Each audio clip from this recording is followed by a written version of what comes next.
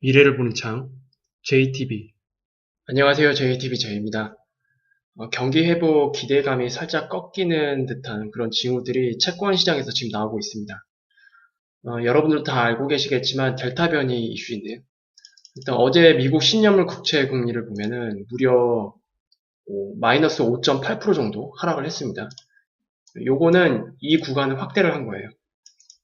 이거는 이제 일본 캔들이고요. 그래서 어제 마이너스 5.8%가 급락이 나오면서 지금 현재 미국 10년물 국채 금리는 1.4가 깨졌습니다. 그래서 굉장히 큰 폭으로 하락을 했고, 지금 이제 이 흐름상에서 채권 금리가 더 낮아지게 되면, 여기보다 낮아지게 되면 이거는 어떻게 보면 시장의 악재로 받아들이는 게 맞을 것 같거든요. 무조건 채권 금리가 하락한다고 해서 좋은 건 아닙니다. 어, 지난번에도 말씀드렸지만 이 채권 금리가 올라가는 거는 어쨌든 좋은 징후예요.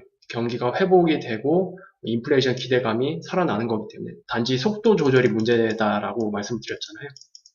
그래서 이게 뭐 여기서 좀 놀다가 뭐 이런 식으로 차근차근히 올라가는 건 좋습니다. 지금 우리 환경에서는. 그런데 이 구간을 벗어나서 그냥 밑으로 하락을 해버린다. 이거는 경기 회복 기대감 자체가 꺾이는 거라서 시장의 악재로 보는 게 맞을 것 같습니다. 지금 그 기로에 딱 서 있어요. 그리고 우리나라 시장도 오늘 마이너스 3.8%가 하락을 하면서 미국 10년물 국채금리 하락에 이어서 우리나라도 10년물 국채금리에서 이제 개파락이 나왔습니다. 일단 뭐 우리나라는 직전 저점을 깨진 않은 상황인데 일단 우리나라도 이 라인을 깰지 말지 이거를 조금 살펴봐야 될 것 같습니다. 우리나라도 이 라인 자체를 하방으로 이탈을 하게 된다면 경기 회복 기대가 상당히 꺾였구나, 안 좋구나라고 판단을 해도 될 것 같습니다. 지금 델타 변이 대유행 변수가 이제 시장에 어떻게 영향을 끼칠지 이런 것들이 좀 중요한데 주국들의 채권 금리가 하락을 했고 여전히 진행 중입니다.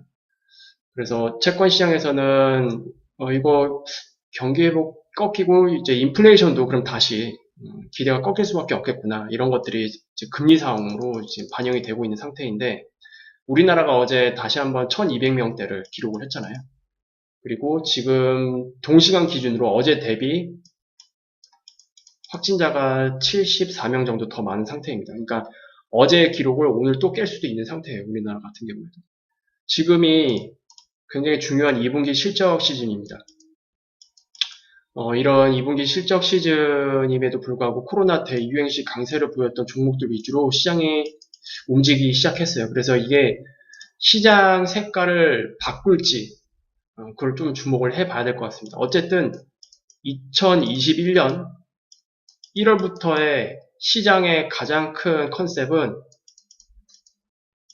실적 그리고 경기 회복에 대한 기대감으로 이 민감주들 그리고 가치주들 이런 것들이 같이 움직였거든요. 실적 기반한 것들 중에서.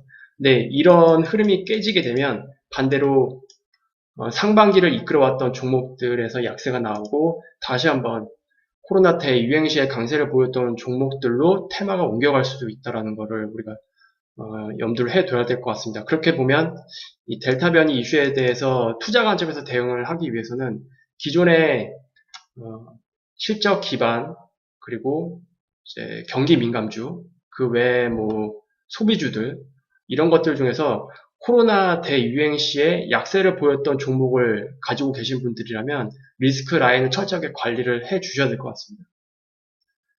그리고 전 세계적으로도 이번 3분기가 특히 굉장히 뜨거운 경제 회복을 기대를 하고 있었습니다. 근데 델타 변이가 만약에 이 흐름을 조금 지연시키는 발목을 잡는 형태가 된다. 그러면 어쩔 수 없이 연준의 통화정책 스케줄도 변경될 소지가 충분히 있습니다.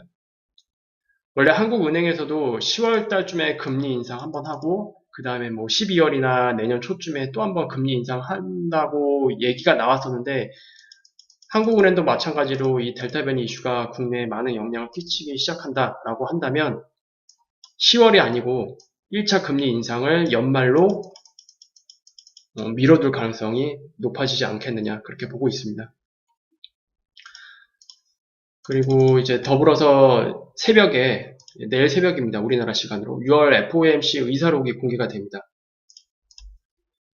기자회견에서는 당시 파월이 6월 FOMC에서 테이퍼링 논의에 대한 논의를 했다라고 밝혔죠. 그래서 구체적으로 어느 수준으로 논의를 했는지 의사록 공개와 함께 우리가 확인할 수 있을 것 같아요. 그래서 이 내용이 과연 시장에 좀 충격을 줄 수 있는 수준의 논의인지 아닌지 이런 것들을 추가로 확인을 해봐야 될 것 같은데 지금 델타 변이 이슈가 같이 겹치면서 이게 어떻게 해석될지 참 궁금합니다. 지금 상황에서는. 그리고 원래 8월 말 잭슨홀 미팅 그리고 9월 FOMC 요 사이에서 테이퍼링 논의에 대한 공식화를 선언할 거다라고 지금 컨센서스가 형성이 되어 있는 상태인데 델타 변이 이슈에 따라서 테이퍼링 시작 시점을 유연하게 조절할 것으로 예상이 됩니다. 만약에 이 델타 변이 이슈가 3분기 내내 영향을 끼쳤습니다. 그렇게 되면 테이퍼링 논의 공식화를 하고 이제 올해 12월이나 아무리 늦어도 내년 1월쯤에는 테이퍼링이 시작하겠구나라고 지금 시장이 알고 있는데 테이퍼링 논의 공식화는 이때 하더라도 테이퍼링 시작 자체는 이때가 아니고 조금 더 밀릴 가능성 이런 것들도 우리가 예상을 해볼 수 있을 것 같습니다. 그래서 3분기에 델타 변이 이슈가 얼만큼의 영향을 미칠지 이거를 좀 잘 지켜봐야 될 것 같아요.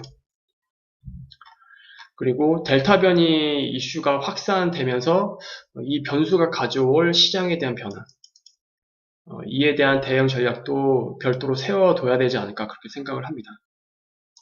이게 결과적으로 지금 나오고 있는 통계상으로 보면은 델타 변이가 이렇게 치명률을 올리는 건 아닙니다. 어쨌든 기존에 백신 접종을 맞으신 분들도 델타 변이가 걸렸을 때 그 치명률은 우리가 작년 초에 코로나가 처음 이제 대유행 시기 그때 시점에 보여줬던 치명률까지는 아니거든요.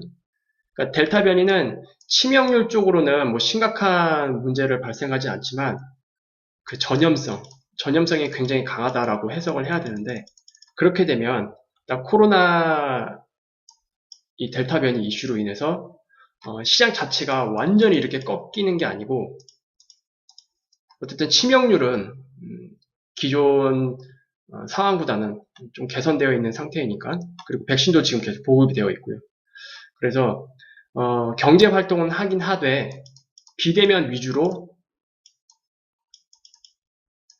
갈 수밖에 없지 않느냐. 그러면 당연히 시장에서는 전 종목이 뭐 하락하는 그런 사태가 아니고 이 비대면과 관련된 기술주들, 성장주들 이런 것들이 다시 한번 주목을 받을 수 있지 않을까 그렇게 생각이 됩니다.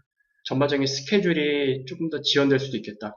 이게 중기적 관점에서 봤을 때는 자산 시장에는 호재죠.